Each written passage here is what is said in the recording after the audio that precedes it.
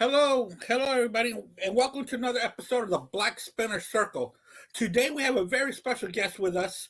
Today we'll be doing a segment called In the Circle, where we are going to be talking to new up and coming artists. And today we'll be having Cory Light of the Astronomical Miracle. How's it going, Cory? Hi, Andy. Just hanging out here, playing records, all that good stuff. Oh yeah, that's my favorite thing to do. But also one of my other favorite things to do is to talk about music. So Yep.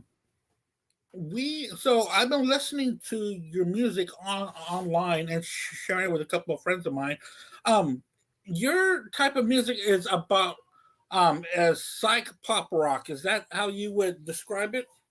Yeah, a little bit of that, a little bit of everything else. I definitely try to fit some different genres in there. I think Dreaming in Pink is mostly kind of an acid folk album, but a lot of the stuff that I've put out in the past, and all sorts of pop and fuzz and things like that. Right, right. Well, let's start off with the journey of how you got into music. So, please tell everybody, where is Mr. Light coming from? From what state in the U.S.? Well, born in New Hampshire and raised in the middle of nowhere in a swamp in Litchfield where I didn't really have too much to do but listen to music. So I definitely started out at an early age. Soul really pushed me and influenced me in the early days. Stuff like The Temptations, Smokey Robinson, things like that. Really kind of pushed me into listening to that kind of music and 60s era type stuff. And then I got into a little bit more of the local scene, which of course being a small town there wasn't. So I had to go back in the history books to see what people were doing back in the day. And Bosstown rock was really happening. That was really the local thing that was going on in the 60s. Bands like Beacon Street Union, Ultimate Spinach, more underground bands like The Freeborn and Flat Earth Society, great bands. Stuff like that I started to discover. I think Beacon Street Union was one of the first. And that set me on my course of psychedelic adventures, I guess you could say. Because that sound that they honed in was just so unique and special, all of these bands. And it's something that you just can't find anywhere else. And especially at that time, because I was born in 96, so I was growing up with NSYNC, Backstreet Boys, all that type of stuff. And that's what was around.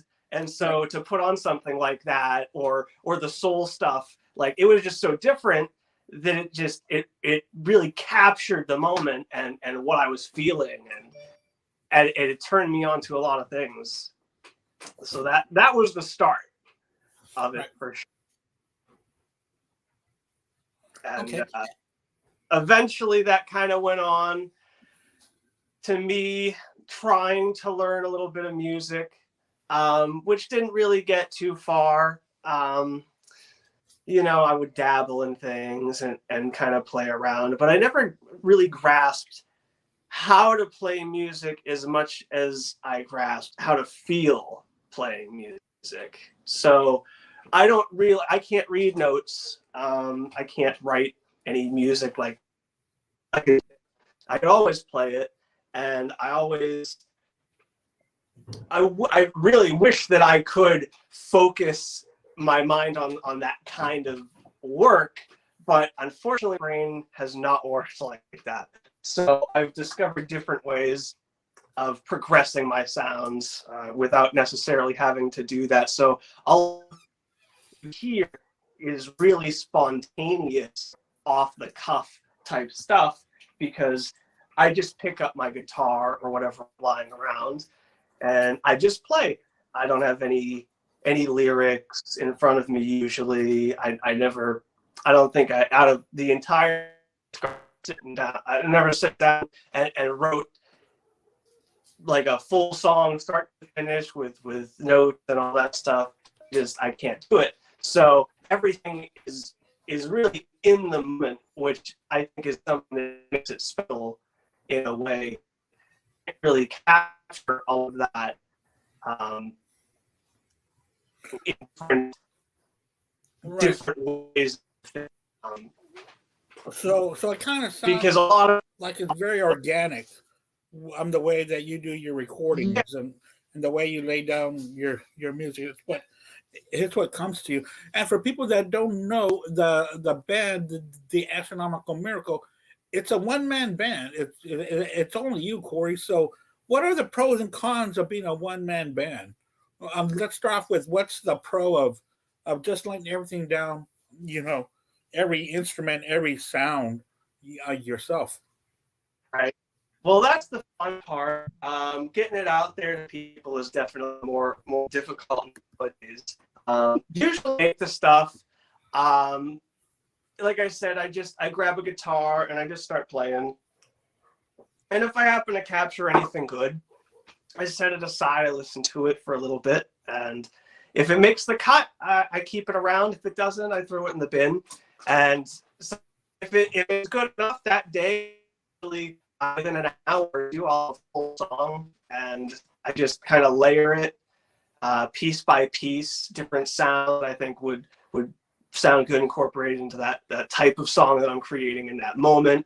And again, it's all really spontaneous, so I never know what I'm putting down, and that's kind of the fun of it too, is really being able to open up those creative portals and just you lose your mind, to put it quite easily. It makes you lose your mind in a good way. The other pros of that, I think that there's a lot of cons. We'll get to that in a bit, but the pros, it's a lot easier to be creative with less brains in the room. Like a lot of people, if you have a major contract with someone and you have 7 people in your band and you have producers and managers in the room and everyone wants a piece of it and wants to tell you what they want it to sound like, it really can make a difference. And I've worked in those types of projects too in the past, and it sounds good and it is good, but it's different, and there's nothing wrong with it that's different. I wanted to take the time and really figure out if I could do that myself, and eventually I caught on to it, and I've been making those sounds ever since. Wow. Well, that's pretty cool, because what you're kind of describing is that you're just having the freedom to put any kind of music that's coming from your heart and mind without anybody trying to change it or say, hey, well, let's do it this way. And no, I'm going to do it the way that I want it to sound like. So that's great freedom, especially. So do you do a lot of this in your own recording studio, or do you do this at home, or? Yeah, well, this is a pretty low budget project, so it's just in my old bedroom. I have some instruments set up, and I just go in there with my records, and I kind of just hang out and put stuff on tape when I can, and try to see what comes out. But I haven't ever taken any of this stuff into a real studio setting.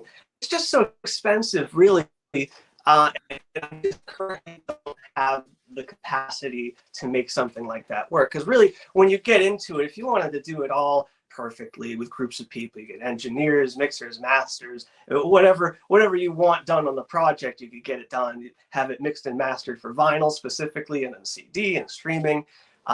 It adds up so quickly, especially depending on who you use. Of course, if you have a friend that's willing to help you out here and there, that's always great. But not everyone has those connections.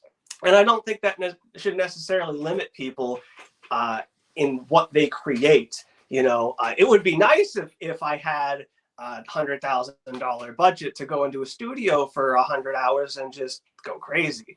But again, we get to the cons now of the one-man band. Is the studio time is really something that adds up, because you have 5, 6 people in there in a band, you can knock a song out if you practice well enough in one session. But even if every take is good for what I'm doing, I still have to layer those sounds. And quite honestly, I prefer to play in live settings with people, but it just hasn't worked out in that capacity yet. Especially when this started right at the start of COVID was really the worst time to start something like this, because I wanted it to be a group effort, but eventually, well, you can't leave your house for 3 months. Everything is shut down, whatnot, and it was either just sit around, do nothing, or make something happen, and that's what I ended up doing. Oh, okay. So, my next question that I want to talk to you about: are you able to tour this around, or is touring just too expensive to bring so much with you? And then, how will you? And if you do decide to tour, you would have to bring people with you. Is that correct, or how would you do Right. that? I could do unplugged sets, Mhm. and I've yet to play live under this moniker because it is expensive, like you said. Locally, sure, I can go and get some friends at the local bar and go play a few songs, but real touring, like going across state lines type stuff, it Mhm. gets expensive. You end up paying $50 for food, 250 on a hotel room and the gas, and you're getting paid $50 for the gig because you're a small independent musician that really doesn't have a large following, Mhm. and it's difficult to start for everyone, for anyone that's trying to get into that. And I don't think that should necessarily discourage people from getting into it, but it's definitely a roadblock that you'll need to deal with when you do. Oh well, yeah. But of course, we live in No. now, and at this point, you don't even have to leave your room in order for people to listen and to hear you, because you could just put it out there on YouTube, or you could just put it out on Spotify, or whatever you wanted to do, whatever your platform is. People will find it, they'll hear it, so you don't necessarily ever even have to play live. Mhm. Yeah, especially in this generation, a lot in your generation, that's how people get a lot of their music is online. Going to YouTube or going to their chosen streaming services and exploring music that way. So Right. that always leads down different avenues because we've all gone down different rabbit holes and finding different music of what's associated with different bands. Now, Exactly. your technique is very interesting.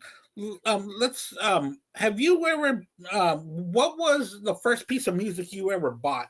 Like, this is my CD or my cassette or my album. Uh, Well, the that's the first first thing I ever bought. 45, the first 45 that was given to me, Mhm. um, was Ride My Seesaw by the Moody Blues. Mm. And that I think I scraped out of my mother's collection. And that set me off for sure, in just like, wow, what is this? I grew up in the era of CDs, late 90s. Mhm. I've never seen anything. You put a needle on a piece of plastic and it plays. That's incredible. It really was a special feeling, uh, discovering that early on, which probably 6, 7 years old. It was magical, to Right. say. Yeah. And what a great song, the harmonies that the Moody Blues put together, and such joyful harmonies for "Ride My Seesaw," which is a great track. Which, Absolutely. yeah, it's a great track. And what was one of the first concerts you ever went to? Have you gone to a live show? I've gone to so many concerts, and Mhm. it baffles me. So a lot of my friends, sometimes I find out that they weren't going to shows ever. Their parents weren't ever taking them, and it surprised me because there's so many around you. It's there's a lot of free shows in the area. If you want to take people to, you got something to do on a Friday night, a Saturday night, a Sunday night. There's everything. Every day of the week, there's something going on here. So it back a little bit when I had my friends tell me their first concert was at 25, 26 years old. And it's like, wow, well, I've seen like 200 at that point. Man, come with me. Right. Come on with me. But the first concerts that I saw, it was all cover bands. It was all the free stuff in the park type stuff. So unfortunately, I couldn't pull a name for the first exact band that I saw. Right. But to give you an idea of some of the bands that I've seen, a lot of great local acts that I've been really blessed to see would have to be the Remains. That would be on the top of my list for bands. And I got to hang out with them after the show even and talk to them. I thought that was great. It's a Boston band from the mid to late 60s. They released an album on Epic. Really, really great rock. And they've put so much energy behind all of the music that they put out. It's still living today. When I saw them a few years ago, they sound nearly identical to what's on that record. Oh, wow. And you wouldn't believe it unless you were in the same room, but it's like they took you back to 66. It was crazy. And they actually had toured with the Beatles on the Beatles' last tour. And then they broke up right after the tour, right after the album was released. It never went anywhere. And it just kind of became this cult favorite for the locals and for rock lovers. So those guys rocked. I love seeing them. I saw the Blues Magoos early on. That was a real good experience. They had just put out an album and they were promoting it. This was probably 2012, something like that. So a little bit ago. And that I got to hang out with them after the show too. I got some reel-to-reel tapes for them to sign. They thought that was pretty funny. Well, yeah, that is awesome. I've never bought a reel-to-reel tape. I see them when I go record shopping or music getting, but I've never actually bought one because I guess I just don't have a reel-to-reel player. Yeah, the good ones get real expensive too. I find the easy listening tapes a lot, but if you want something like Black Sabbath or Led Zeppelin, you'll go on eBay and find them for hundreds, if not $1,000 a pop, and it's crazy. Yeah, so since you brought up reel-to-reel, how do they sound? I don't think I've ever heard a reel-to-reel. Do they sound authentic or what's the sound of them? The consumer models, especially the early ones in mono, they're pretty lackluster sound, especially if it's just some, been sitting in your attic for 40 years. It's lost its umph. Let's put it that way. The nice machines I can't afford, the 15 IPS big monster reel-to-reels, those sound amazing. I mean, really, all the records behind you are probably sourced from a reel-to-reel tape. Right. And once you get into the consumer models, it depends on how you use them. And it's hard to stack sounds on a 4-track when you don't have the right equipment, you don't know what you're doing. So it can sound muddy real quick. But if you're just buying a pre-recorded tape, they sound really good.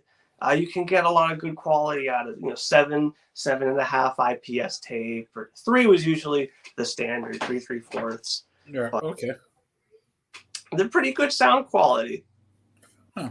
Because I see them, like I said, but I just I see them, and they're not going to be like you said, Sabbath or Zeppelin. They're going to be pretty much easy listening, or just stuff I've never really heard of. Right. But that's what we like to do on the Black Spinner Circle. Is we love doing top 10s.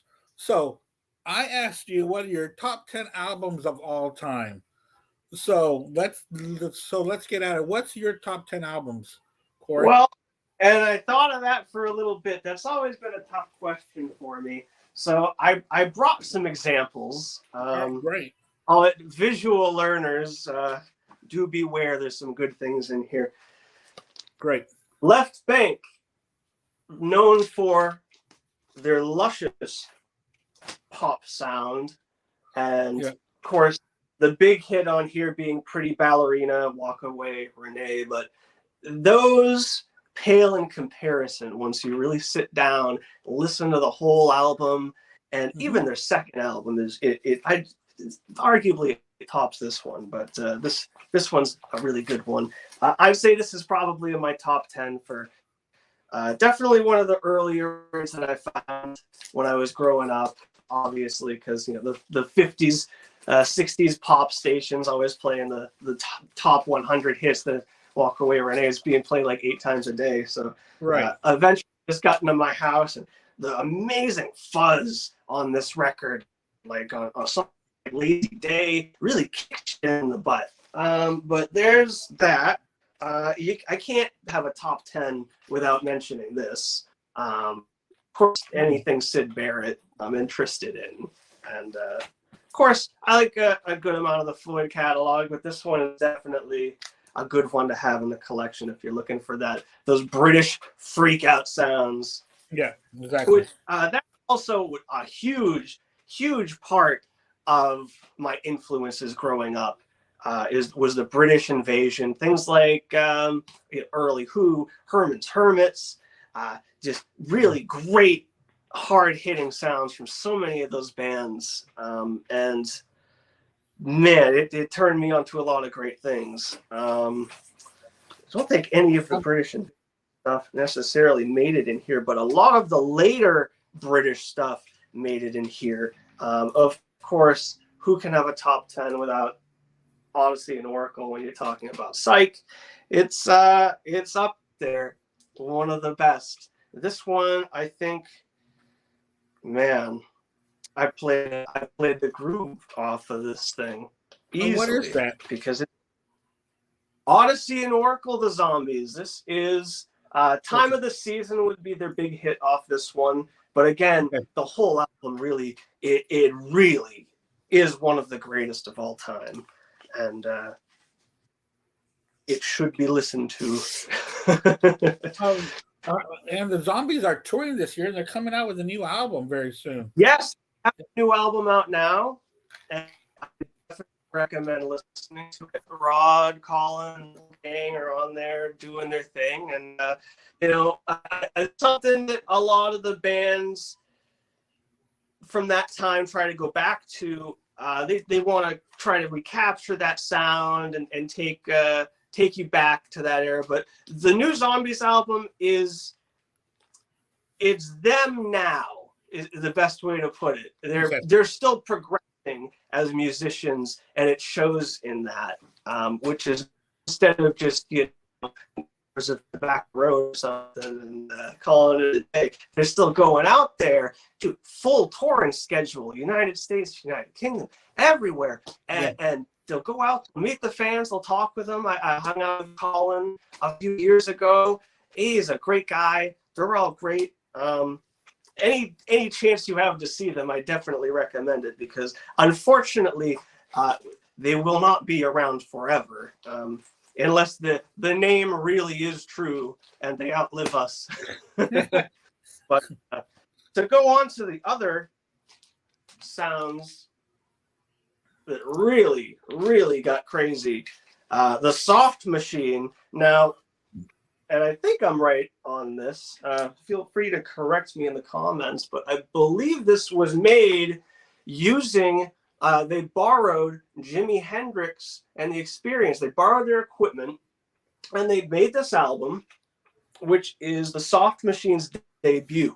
So this is their first album. Really heavy psychedelia. The psychedelia on this, my friend, is very much so something that you would like to listen to in a dark room. It's very experimental. Some repetitiveness that will freak you out if you're in the wrong mindset, which is why Silver Apples is also one of my favorites. That's a really good experimental record that really pushes the boundaries of the sounds, because you listen to this stuff now, might not necessarily have the same punch as it did when it first came out, but you have to kind of look at it in the scope of, well, these guys were doing some really heady stuff, and at the same time, you turn the dial on the radio station and they're playing Petula Clark. That's the difference. You know, they were really onto something at the time that was completely different from anything that you ever heard. And a lot of what else do we got here? This is also early on in my collecting stage, trying to find all the weirdest stuff that I could, and try to just give it a listen, see if I liked it, and then hunt for it for 1,000 years until I find it. Tomorrow, one and only album on Sire Records, came. This is a U.S. press, and Steve Howe from Yes is actually in this band. This was his first major release. Again, really crazy, heady, experimental psychedelics that just have all of that classic 60s stereo panning back and forth, which some people don't love it. I think in the case of this record, it really does come with a zap if you listen to it with headphones, especially. Because I'm a big fan of Steve Howe, and Yes. So I knew that there's something else before that. Of course, there always is, you know. Oh yeah. So I didn't know that it was tomorrow, and I didn't know that. Wow, that's pretty neat that you got a hard copy of something like that. Yeah, and actually, I don't have it with me right now. I have an 8-track that I ended up bringing to Steve Howe at one of his shows a few years ago. He had never actually seen a copy of that on tape. I guess they released it. They didn't let him know. Which unfortunately is a common thing back in the day. I mean, once these record companies had your name signed, they were going to release you no matter what you said, especially and we won't get too far tax scandals like Tiger Lily, releasing stuff that they would acquire the master tapes to put up the albums, and 30 years later, the guys in the band would find them selling on eBay for $3,000. Like, I don't afford this. How did they get the tape? Because there's a lot of stuff that bands do not release because it was never meant to be released, you know? Exactly. And there's still a lot of great albums on the shelf now, I'm sure, but they'll trickle out eventually as the world turns. Now, this is a favorite from California, the David. Very fine progressive pop psych, late 60s, beautiful harmony, lot of strings on this, which, if done well, can make for a hell of an album. The arrangement is so professional and so tight end of things. It's really out there. You gotta wonder where these guys went to, because this is a one and only album. They disappear from the world. You never hear from them again. But I could have seen these guys putting out 5-6 albums, no problem, because they were just so masterful in the way that they pursued these sounds. And really, it's something that after a decade or so of listening to, I could throw this on the turntable all day and listen to it. I wouldn't get tired. I guess that goes with everything in these stacks. Yeah. The name of the album is Another Day, Another Lifetime. Is that correct? Lifetime. Yep, that's on VMC Records. To get to the locals, I got a few local picks in here. Flat Earth Society. Really, really fun story behind this one, and I'll keep it a little bit short. basically these cats got called to do a commercial for a candy company. And of course, they cut the commercial. That got lost. No one knows where that is. If you find it, let me know.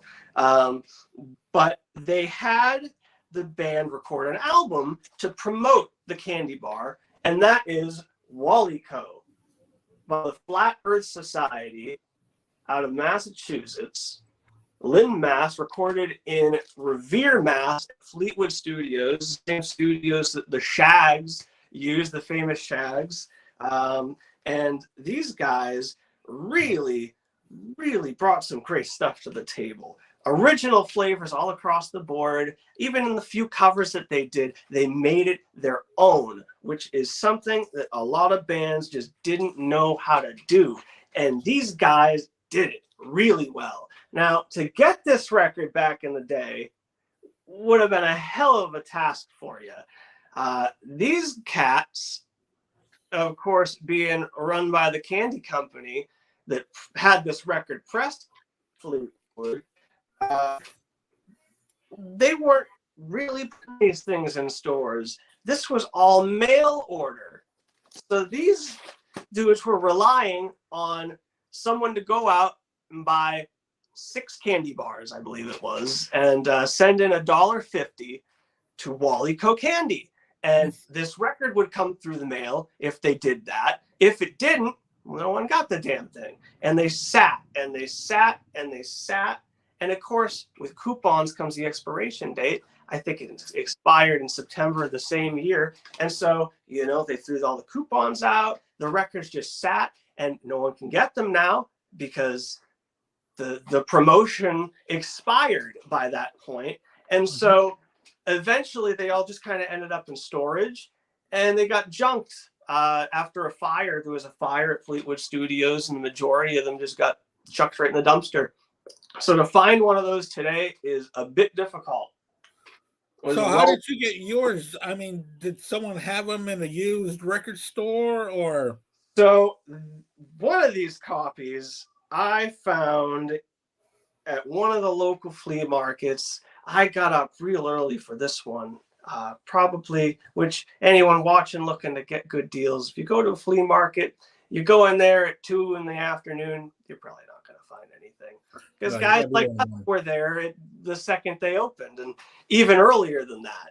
And that's, I got up at 4 in the morning, and I went to this flea market, and Herb, Albert records all over the place, Barbra Streisand, Perry Faith, whatever.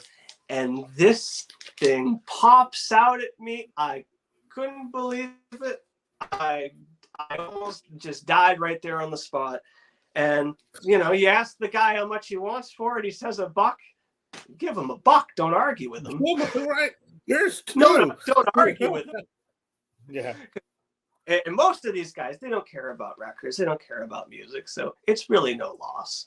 You get lucky with the estate sale guys because sometimes they don't want the crap. It's either going to end up in the dumpster or you buy it for $1.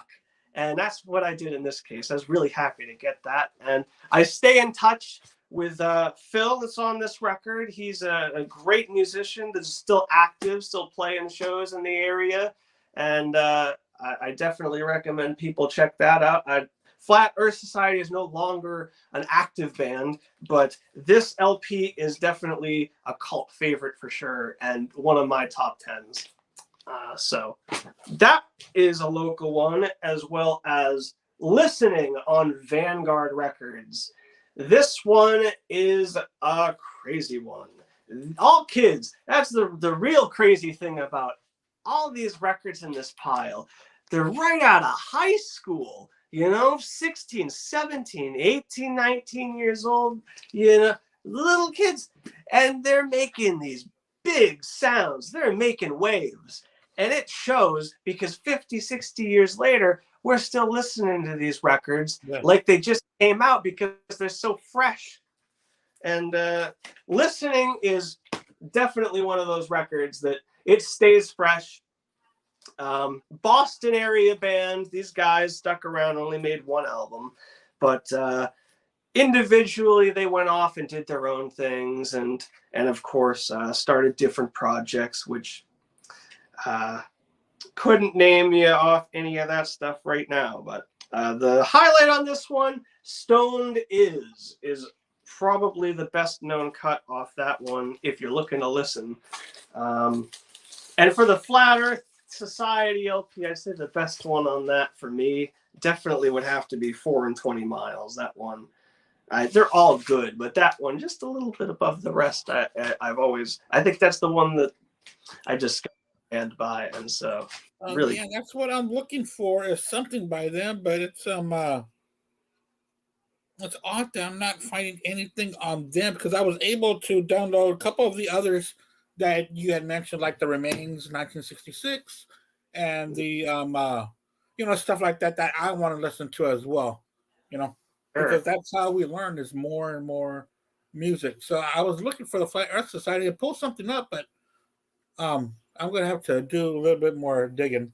Yeah, well, it depends on what platform you look on too, because a lot of these bands, unfortunately, they don't even hold the rights to their music, and so whoever does, really, they get to choose whatever platform it is. Sometimes it ends up in compilations. I think Flat Earth ended up in a compilation called The Lost Kids, something like that. I don't own it because I'm blessed enough to have the LP, but you might find it if you're looking on Spotify. But yeah, you're right. That's how this all came to be. Really, someone just passes you a CD or a record, or send you a link to something you never heard. Whatever it is, it exposes you to a whole new world that you never knew was possible. Really, and it'll change your life. It'll change your life. Whatever you listen to, whatever you love, you spend enough time doing it, it really will make a really big impact on the things you do, the way you think, and everything. Music plays such a big part in everything that we do every day. And yes, and also for people that like myself, I don't play music, but I listen to music, and the music that I listen to has shaped the way that I carry myself as a human. So that's what we have music for as well. Good absolutely. point. Yes. I have a few more here that I'll quickly go through. This I won't give too much time on because, as everyone will know real quick, this has been talked about a million times. But Rubber Soul by the Beatles, definitely one that I discovered real early on when I was a kid. That was one of the things I carved from my collection. That and Beacon Street Union. And I played the hell out of them, and I learned a lot from them. So that I had to include in the top. Well, this wasn't a top 10. This is like a top 16.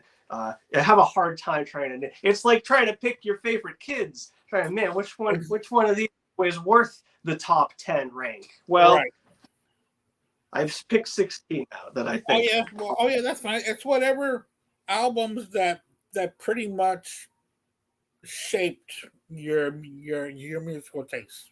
Absolutely. Next one on the list would have to be 13 Floor Elevators, the psychedelic sounds of.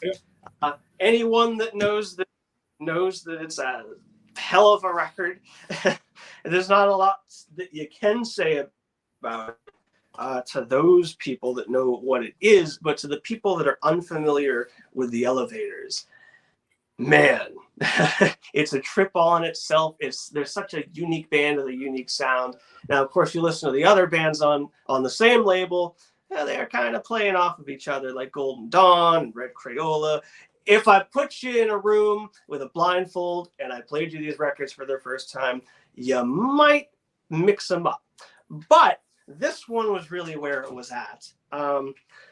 Texas psychedelic sounds, as high as they can go. This is where it's at. If anyone's not familiar with this, you may be thrown off with the jug on your first listen, and don't let it throw you off. Quite honestly, some of the band members even hated the idea of having a jug in the band, but what they did, it was an electronic jug that they would throw a microphone in. That's it. And they would have all this crazy reverb added to it.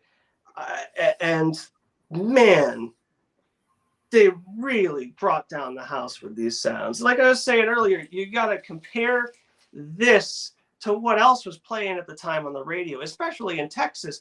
You weren't finding music like this. These dudes they were out of Houston, Texas. Yes.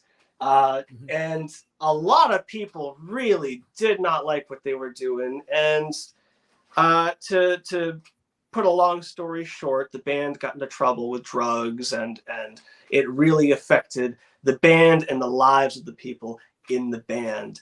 And it was for very simple things. I believe the front man, Rocky Erickson, I think he was institutionalized for marijuana use. Yeah. So if that gives you any idea of how horrible Texas was in the 60s and how different these guys were, that should open up the door a little bit for you. But these guys, go on. These guys were really onto something, and they've influenced so many people. Even Janis Joplin, that raspiness of her voice can be traced right back to the days that she was hanging out with the guys in the band. And a lot of people don't connect those two, but they were all hanging out with each other. They're all listening to each other. They were all getting something out of it and putting it into what they were doing. And it really snowballed into this huge thing. I mean, they didn't break huge ground with this, but they did have a hit with You're Gonna Miss Me that spread like wildfire across the country and got comped all over the place, and really helped them receive that kind of cult status that they hold now. But the whole record, all the records they put out, top notch, absolutely top notch. Yeah, because there was a movement, a psychedelic rock movement going on in Texas. Because I live in Houston, Texas. That's where I'm at right now. So there was a movement in the late 60s that, like you said, they were pretty much jailing anybody that was different or had different ideas, or if they were found to be threatening to society, they would just jail them up to shut them up. And these bands played in little small clubs, and so they were easy to bust. But there was a movement there that I don't want to say the cops, but upper society or the snoozy people were trying to shoot down real quickly. So that's one of the reasons why Janis took off to San Fran, so that she can have that freedom of expression that was being shut down here at the time. Absolutely. It was a war for those bands back in the day, and they were really putting their entire lives on the line by just even going out on the stage, because really it could ruin you. You know, just one night, one bad bust, and you're off. You're in cuffs, and you're not getting out. Yeah, that's true. Unfortunately, that did happen back then. It really did. That was terrible.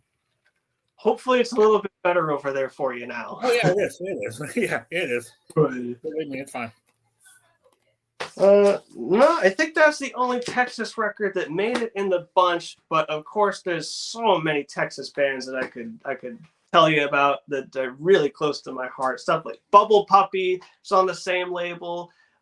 Really great band. They're actually still playing out, kind of doing their farewell tour type thing. Wish I could see that, but of course, all these bands usually play in a 50-mile radius of where they live, and it's nowhere around here. So I'm confined to cover bands that play Bad Company. It's usually what we have around here. Not too much of a local scene. But then, like you said, for bands like them that hit it big 60 years ago, they don't have that big of a budget to cross lines or go farther out. Absolutely. They just play wherever they can, where they can make some cheese, and then keep doing what they're doing. Yeah. Exactly, and that's that they could make anything from all the promoters and managers and record labels brewing them out of every cent that they could. Yeah. So There's It was so many hands in there that where the artists are the last ones to make anything out of what they make. exactly, and unfortunately, that's still the case for a lot of them because, well, they did sign their rights away 50 years ago, and it Yeah. carries on, and then it gets transferred, and all of a sudden, your small label is owned by Sony, and good luck dealing with them. They're keeping your music; they're going to make a profit off of it. Yeah, So, even if it's just a small profit for any little bit of corner of sound. and I've seen friends that have been in the music business for quite a long time post their royalty checks from these places like Warner and UMG. They're getting like $1.70 a month on songs that have 50 million plays, and it's just not fair because there's 1,000 people that they got their hand in the pocket of those transactions. Every single one. There's someone making money off of it. It's the streamer, it's the distributor, it's whoever holds the rights to that song. And that, I think that's another pro of being kind of independent is I run everything, which is a con at the same time because I have to be the one to promote everything and put everything out, and that can be daunting when you don't have a budget, especially because if I had money, I'd go out. Oh, I'll put 10,000 on a campaign on Facebook or something. But really, that's not happening here. And even putting stuff in magazines, just for jokes, I looked up Rolling Stone's advertising prices. Rolling Stone magazine, they want, I think it was $150,000 for a full page ad. 150 grand? Yeah, who has that? Let me sell my house real quick. Wow, that is nuts because bands that can afford that, they don't need promotion, but it's bands like yours that need promotion. But 150 grand for a one page. Exactly. And that's because not that many people even flip through magazines to begin with. Right. It's a racket as far as I'm concerned, but there's nothing you can do about it. And yeah, that's just the way it is. It really is, and like you said, they're shining the spotlight on people that already have 500 million followers and things like that, and they have the world. But what if I want to hear some new band in Ohio or something, or some guy in Seattle banging on pots and pans?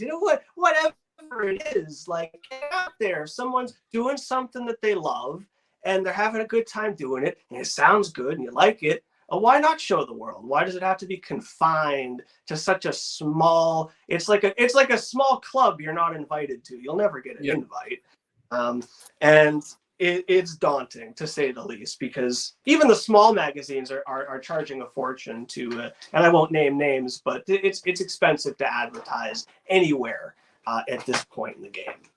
I was born in 1974. So I was raised in the 80s and 90s where if there was new music to be heard, it was advertised very loud and proud on MTV, on local radio, Friends, on music stores. But now it's weird because we've got the internet now, and you can type up any song you want in the whole wide world and listen to it. But when it comes to advertising for something, you really have to dig deep for something new or something different. Absolutely. It's a lot easier to get your word out there when you have big backers and big labels that already have that promotion in hand. They already have the following. If you're building from the ground up, it's nearly impossible for you to get anywhere just on your own.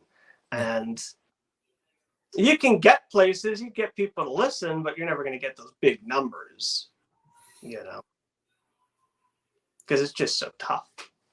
Yeah, it is. So like, is this like what you're doing? Like, you're going to be releasing a album in mid to late July, and you get distributors for that. And like you said, you're a one man operation, so you dealt with all this yourself. Yeah, unfortunately, it's got me crazy sometimes. But you got to put on one hat at a time. I think that's the hardest part of it, because if you look at it all from one perspective at the same time, it's too much for one person. But I think working it more as a hobby, like I do, I work it for fun. I'm not going in a room and trying to write a song from scratch with notes and lyrics and try to find meaning and see, what's this? I'm going to write a song about trains or pillows. Like, no, you just, it's not the way that I like to do it. And I don't think I'd be able to do it, which is why I do it the way I do. Okay. So this is more. So making music is a hobby, but you do have another career. Is that what you're saying? Well, I'm working on that aspect of things, which hopefully will be kinked out pretty soon. But the music is pretty much on the top of my list for right now. Right. And I'm kind of taking it one step at a time. I have my businessman hat on now at this point because the album is done, and it's already being pressed as we speak. But getting it and then putting it out to people is going to be a whole nother thing. You got to make sure that you have advertisements out. You need to make sure you have stock, to make sure you have, the CDs available, tapes, vinyl, whatever you're doing. And then you got to find people that are willing to buy them, which good luck. It's so hard right now for all bands, especially smaller bands, to bring that margin down to where people are able to buy and not feel like they're really making an extravagant purchase. If you're going to buy a new record from an independent band, if you're paying under a certain amount of money, they're losing money.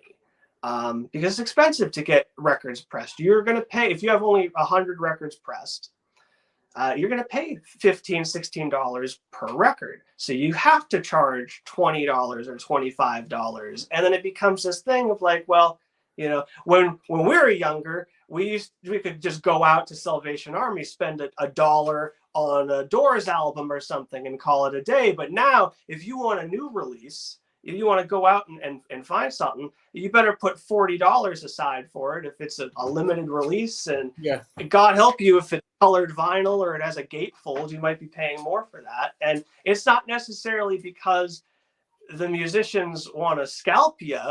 They're paying that. And it has to do with volume.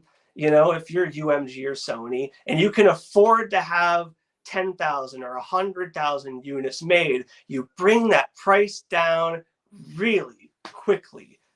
You can get records made for $5, cover included, $10. Instead of paying, if you're only getting a few made, you end up paying out the nose for them because you are smaller.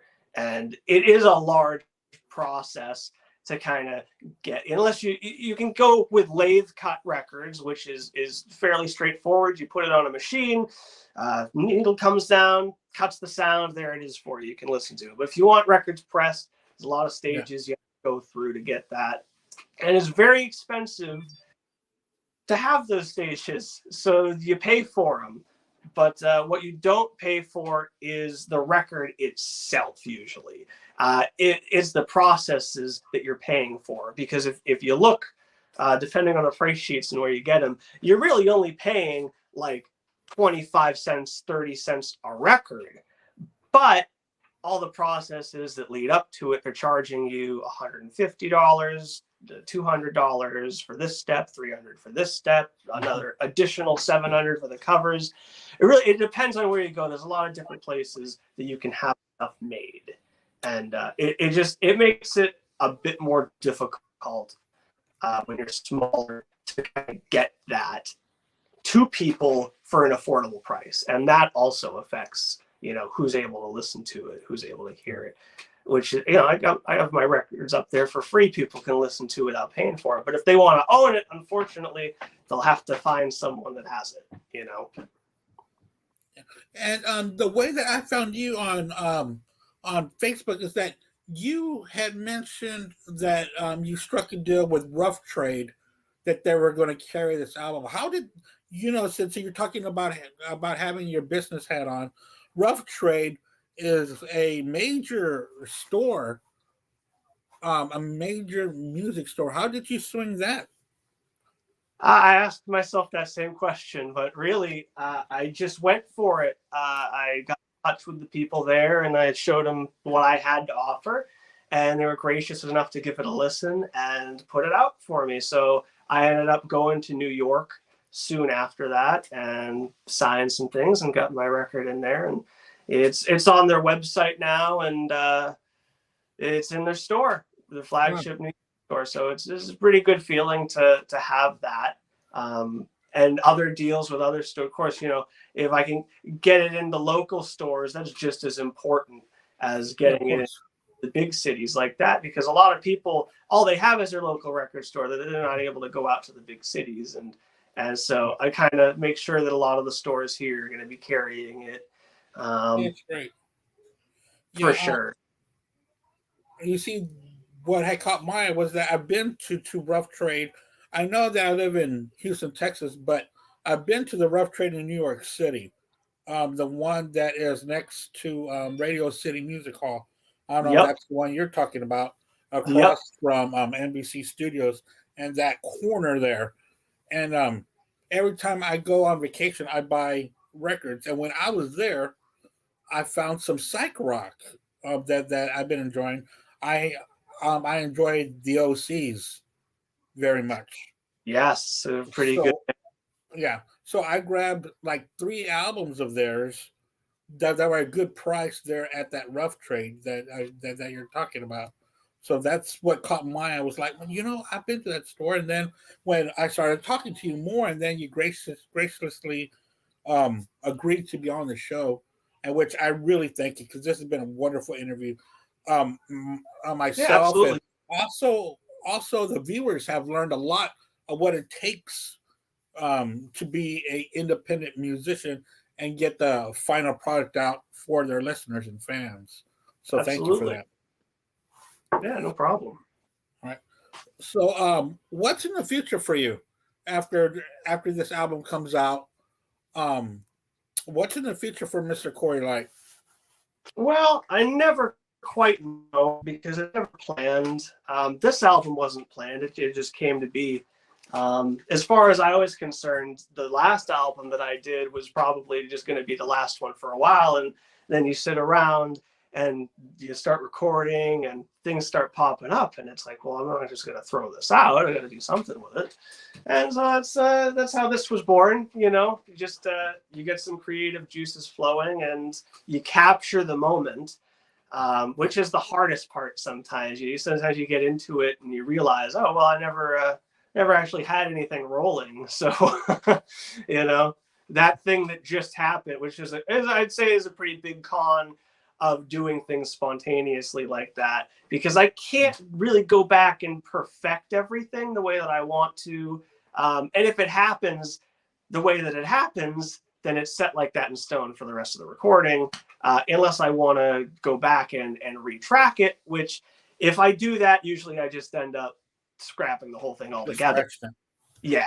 And which I wouldn't, I think a studio setting, it would sound very different for me in there, because I'd be able to work with more people and hone those sounds better than I can now. It's difficult with the equipment that I have here and trying to get the most professional sound. So it does kind of come off as like a do-it-yourself, independent, private press vibe, which I like. So as long as that's the case, if people really like it in the future and they want to hear a perfected version of it, then I have the stems for this. I could restore it and get it remixed and remastered for the to the tune of $100,000 or some crazy number from someone. I know Bob Ludwig is in Portland, Maine, still doing that kind of work, and it would be a pipe dream to even think about using something like that. But Yeah. you can imagine how expensive it would be to use someone that that had their hands on Led Zeppelin and all these crazy Oh yeah, bands. of course. You know? So you get what you get with what you have, and if it turns out good, then it ends up on paper, I guess. Yeah. So what the future brings, I couldn't say. I just hope people find the record, listen to it, enjoy it, and if they like it, you try to get a copy. Yeah. Yeah, I will certainly help spread the word around of the astronomical miracle. I've got some friends that I've met through Facebook that come on my podcast weekly. So I've been sharing your sounds with them and getting a little bit of feedback from them, and I will certainly show them this as well so that they can hear personally your side of view and your point of view. That always helps to understand music more when you hear from the artist. So that's about it. Thank you so much for your time, Cory. I Yeah, no really do problem. appreciate it. I will Thanks for keep having. in touch with you, and hopefully we can have you on again as things progress for you as well.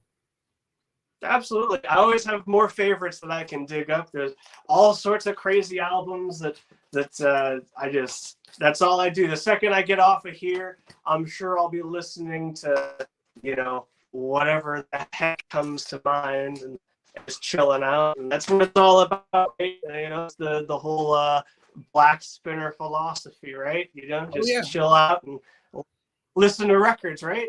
yeah, and in fact, as soon as I get off with you, I'm going to go to my Apple and press what I've been doing lately is just